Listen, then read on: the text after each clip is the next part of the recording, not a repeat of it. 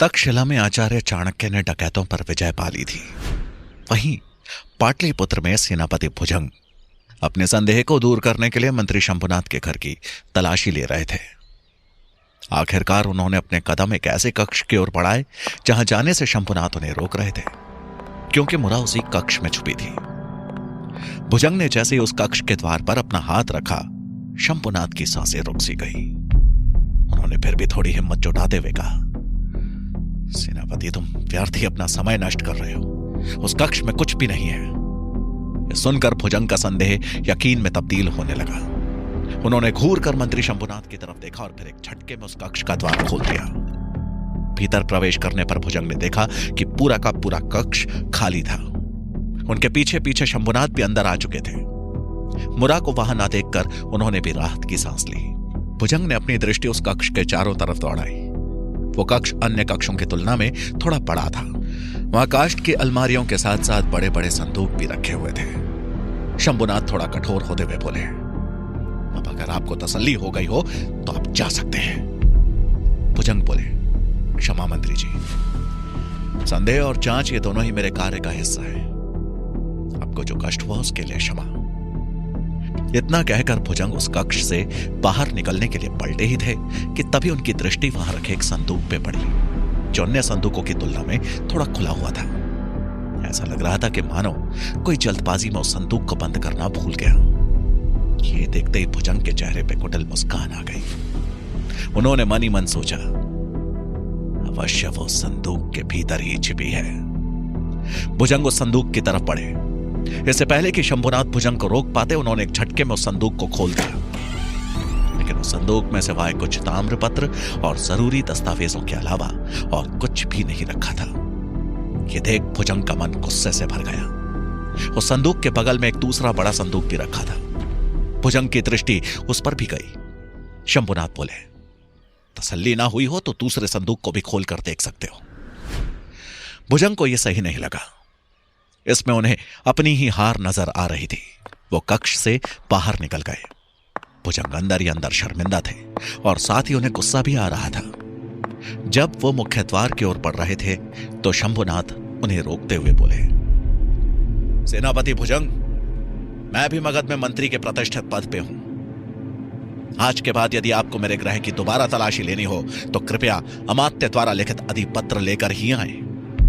सेनापति अंदर ही अंदर चिढ़ रहे थे, लेकिन उन्होंने क्षमा मांगते हुए कहा, जी मंत्री जी, मैं आगे से इस बात का पूर्ण ध्यान रखूंगा कि आपको अकारण ही कोई कष्ट ना हो।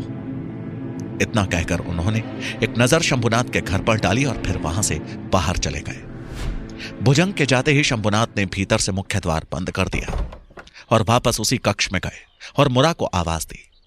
मुरा उसी संदूक से बाहर निकली जिस पर आखिरी बार सेनापति की नजर गई थी। शंभुनाथ गहरी सांस लेते हुए बोले, आज तो हम ईश्वर की कृपा से बच गए, लेकिन आगे इसकी उम्मीद मत रखना। मुरा बोली, हां मंत्री जी, सेनापति जी का ध्यान भटकाने के लिए ही मैंने वो संदूक खुला छोड़ा था, वरना सेनापति जी हर संदूक की जांच करते। शंभुनाथ ने हां में सर हिला दिया और बोले, अभी तुम जाओ यहां से, तो तुम्हें बेहद सावधान रहने की आवश्यकता है। तुम्हारी गलती हम दोनों के लिए खतरा बन सकती है। जी मंत्री जी, यह कहकर मुरा चुपके से वहां से चली गई। जहां मुरा और शंभुनाथ पे आया संकट टल चुका था, वहीं मालकेतु और गजानन के सर पर अब संकट के बादल मंडराने शुरू हो चुके थे। गजानन और मालकेतु दोनों गजानन के कक्ष में बैठकर चाणक्य के बारे में ही बात कर रहे थे। मालकेतु बोला, मैंने स्वप्न में भी नहीं सोचा था कि चाणक्य को मिटाना इतना आसान होगा। अपनी जिस बुद्धि पे उन्हें इतना घमंड था, वो भी आज उस अग्नि में उनके साथ जलकर खाक हो गई। ये कहते ही उसके चेहरे पे मुस्कुराहट आ गई। लेकिन तभी चाणक्य की आवाज गूंजी, बुद्धि कभी नहीं जलती, ना जलता है कभी ज्ञान। जो समझे बुद्धि को बल से कम, वो है मूर्ख इंसान। चाणक्य की आवाज सुनकर मालकेतु और गजानन को अपने कानों पे विश्वास नहीं हुआ। दोनों ने आवाज की दिशा में देखा तो चाणक्य अपनी खुली शिखा के बालों को हाथ से पकड़े कक्ष के द्वार पे खड़े मंद मंद मुस्कुरा रहे थे। चाणक्य को जीवित देख दोनों के होश उड़ गए थे। उन्हें उनके जीवित होने पर विश्वास ही नहीं हो रहा था। दोनों के मुंह से एक साथ आश्चर्य से निकला, आचार्य चाणक्य, आप? चाणक्य उन दोनों की मनोस्थिति को समझ चुके थे। वो चेहरे पे मुस्कान लिए बोले, हां मैं। वैसे आप दोनों ने मेरे यहां आने की कल्पना नहीं की होगी, है ना? चाणक्य की बात सुन गजानन हड़बड़ाते हुए बोले, ऐसा क्यों कह रहे हैं आप? बल्कि हम तो आपको देखकर बहुत खुश हैं। लेकिन मालकिन ने तो भी मुझे बताया कि कल रात सूरजमल का आश्रम जलकर खाक हो गया और आप भी वहीं थे। मैं तो अभी कुलपति से ही मिलने जा रहा था ताकि इस बारे में उनसे विचार विमर्श कर सकूं। चाणक्य थोड़े गंभीर होकर बोले, सूरजमल का आश्रम जला नहीं था, बल्कि जलाया गया था, वो भी डकैतों द्वारा। यह सुनते ही गजानन और मालकेतु के चेहरे से पसीने छूटने लगे। फिर भी बात को संभालने की कोशिश करते हुए गजानन बोले, ये क्या कह रहे हैं आप? चाणक्य बोले, वही जो आप सुन रहे हैं। खैर, उन डकैतों को उनके किए की सजा मिल चुकी है। अब बारी है उस सूत्रधार की जिसने ये षड्यंत्र रचा है। चाणक्य की बात सुनकर गजानन और मालकेतु का गला सूख गया। गजानन बोले, सूत्रधार? कौन है वो? चाणक्य ने अपनी आंखें बड़ी करते हुए गजानन को देखा और बोले, मालकेतु। ये सुनकर जहां गजानन का डर थोड़ा कम हुआ, वहीं मालकेतु को काटो तो खून नहीं। चाणक्य ने कटाक्ष करते हुए कहा, मालकेतु, योजना बहुत अच्छी थी तुम्हारी, लेकिन तुम शायद भूल गए कि मैं दुश्मन से हमेशा 2 कदम आगे रहता हूं। गजानन चुप थे और मालकेतु का शरीर डर के मारे कांप रहा था। तभी तक्षशिला के 2 प्रहरियों ने कक्ष में प्रवेश किया और चाणक्य के इशारे पर उन्होंने मालकेतु को पकड़कर उसके हाथ और पैरों को जंजीरों से बांध दिया। मालकेतु अपने बचाव में बोला, ये क्या कर रहे हैं आप? मैंने कुछ नहीं किया, मुझे छोड़ दीजिए, आपको शायद कोई गलतफहमी हुई है। चाणक्य बोले, अब तुम्हें जो कहना है कुलपति के सामने कहना, वही तय करेंगे कि तुम दोषी हो या नहीं। वो प्रहरी उसे खींचकर कक्ष से बाहर ले जाने लगे तो मालकेतु चिल्लाकर बोला, आचार्य, आप बहुत गलत कर रहे हैं। मैं मगध का सैनिक हूं, आप मुझे इस तरह से बंदी नहीं बना सकते, वो भी बिना किसी प्रमाण के। चाणक्य ने मालकेतु को कुछ नहीं कहा, बस प्रहरियों को इशारा किया कि उसे ले जाए। दोनों प्रहरी उसे खींचकर ले जाने लगे। मालकेतु ने पीछे मुड़कर आशा भरी दृष्टि से गजानन की ओर देखा, लेकिन उन्होंने अपनी नजरें झुका ली और मालकेतु को वहां से जाते हुए देखते रहे, क्योंकि वो जानते थे कि अगर उन्होंने बीच में कुछ कहा तो कहीं चाणक्य उन्हें भी दोषी ना ठहरा दे। चाणक्य गजानन के कक्ष से बाहर निकले और मजबूत कदमों के साथ कुलपति महोदय के कक्ष की ओर बढ़ने लगे। पीछे पीछे प्रहरी मालकेतु को जंजीरों में बांध कर ले जा रहे थे। मालकेतु चिल्ला चिल्ला कर खुद को आजाद करने की बात कर रहा था।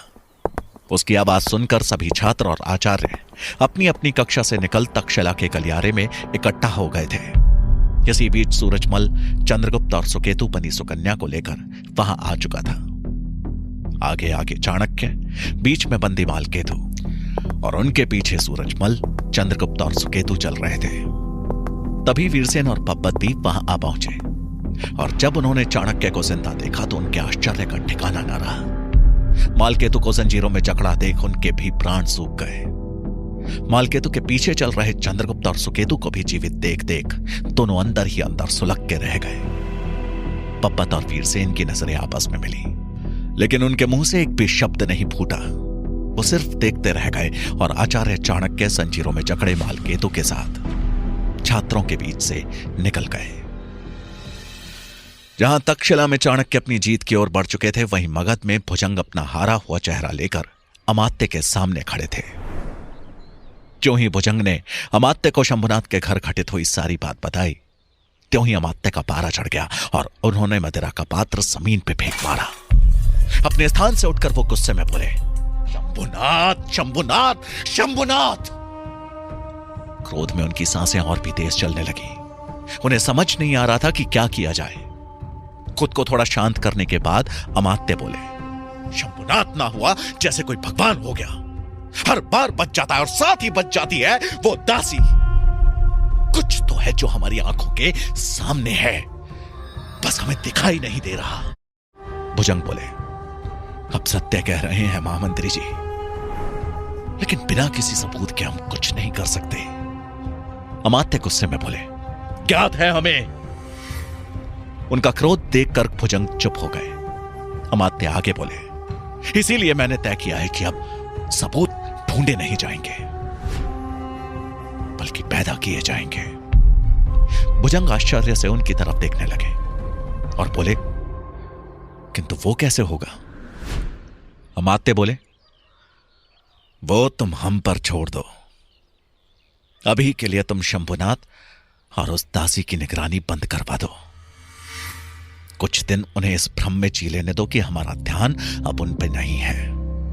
भुजंग बोले, किंतु अमात्य ने इशारे से उसे चुप रहने के लिए कहा, कई बार बड़ी छलांग लगाने के लिए पीछे हटना पड़ता है। जैसा मैंने कहा वैसा करो। सेनापति ने सर हिलाया और प्रणाम कर वहां से निकल गए। तक्षशिला में कुलपति महोदय अपने स्थान पर विराजमान थे और साथ ही सभी आचार्य भी वहां उपस्थित थे। चाणक्य मालकेतु को कुलपति के सामने लेकर आए। पीछे पीछे गजानन भी वहां आ चुके थे। कुलपति को अन्य सेवकों द्वारा यह पहले ही ज्ञात हो चुका था कि कल रात सूरजमल का आश्रम पूरी तरह से जलकर राख हो गया और उस समय चाणक्य भी वहीं थे। चाणक्य को सकुशल देख कुलपति ने राहत की सांस ली, लेकिन मालकेतु को संजीरों में जकड़ा देख कुलपति ने पूछा, आचार्य चाणक्य, इसका दोष क्या है? चाणक्य बोले, एक दोष नहीं महोदय, यह पूरा व्यक्ति ही दोषी है। इसने एक नहीं कई अपराध किए हैं। तक्षशिला जैसे विश्वविद्यालय में रहकर कुटिल योजनाओं का निर्माण किया, यहां के एक छात्र को मारने की कोशिश की और विफल होने पर डकैतों के साथ मिलकर उस छात्र के साथ साथ एक आचार्य, एक ब्राह्मण को जिंदा जलाकर मारने की कोशिश की। चाणक्य के मुंह से यह सुनकर सारी सभा में हलचल मच गई। सब एक दूसरे का मुंह ताकने लगे। वहीं गजानन इस बात से परेशान थे कि कहीं चाणक्य उनका भी नाम ना ले ले। कुलपति ने मालकेतु से पूछा, जो आरोप आचार्य चाणक्य ने तुम पर लगाए हैं, क्या वो सभी सत्य है?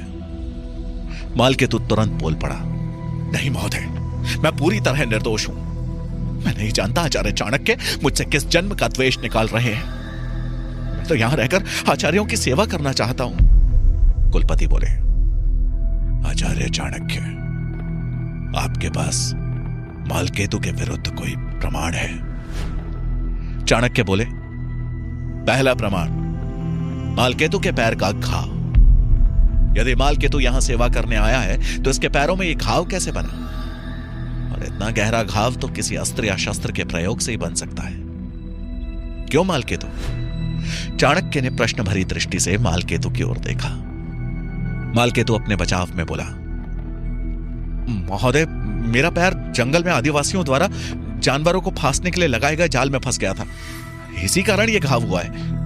यह सुनकर चाणक्य बोले, तुम्हें पूर्ण विश्वास है कि जो तुम कह रहे हो वो सत्य है? मालकेतु ने हां में सर हिला दिया।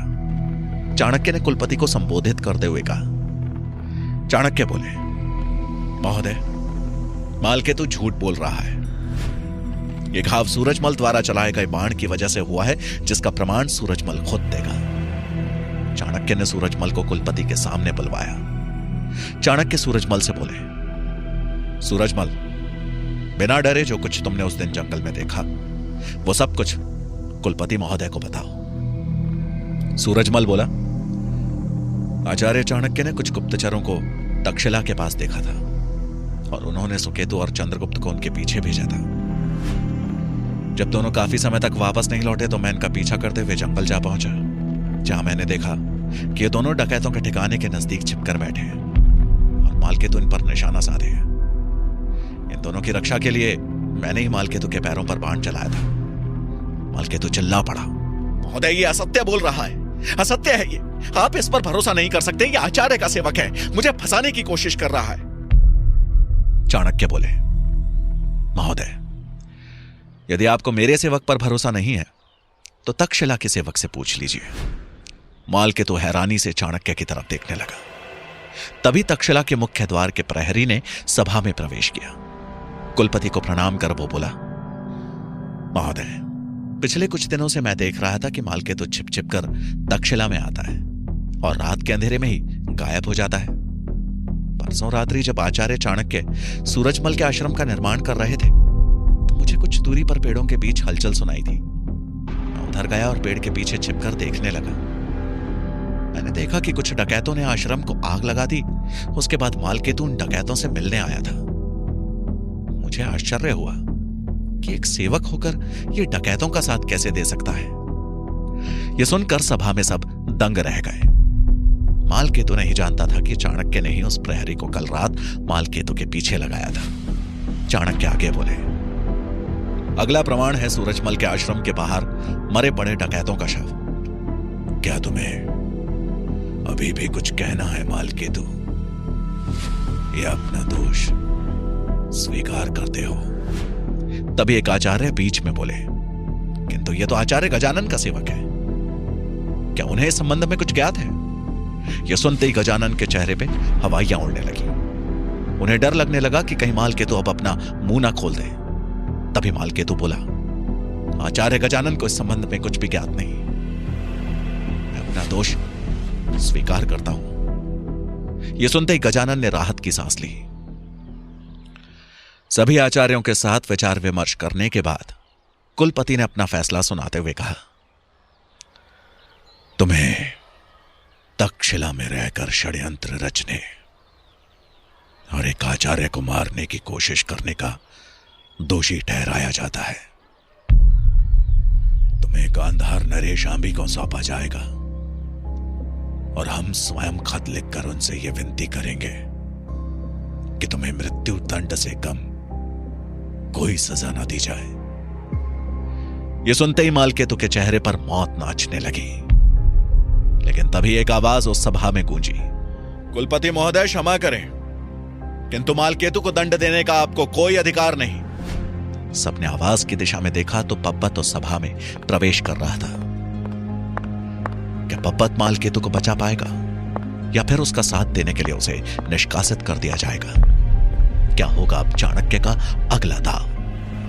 मंत्री शंभुनाथ और मुरा को फंसाने के लिए अमात्य अब कौन सी नई चाल चलने वाले हैं? जानने के लिए सुनिए चाणक्य का अगला भाग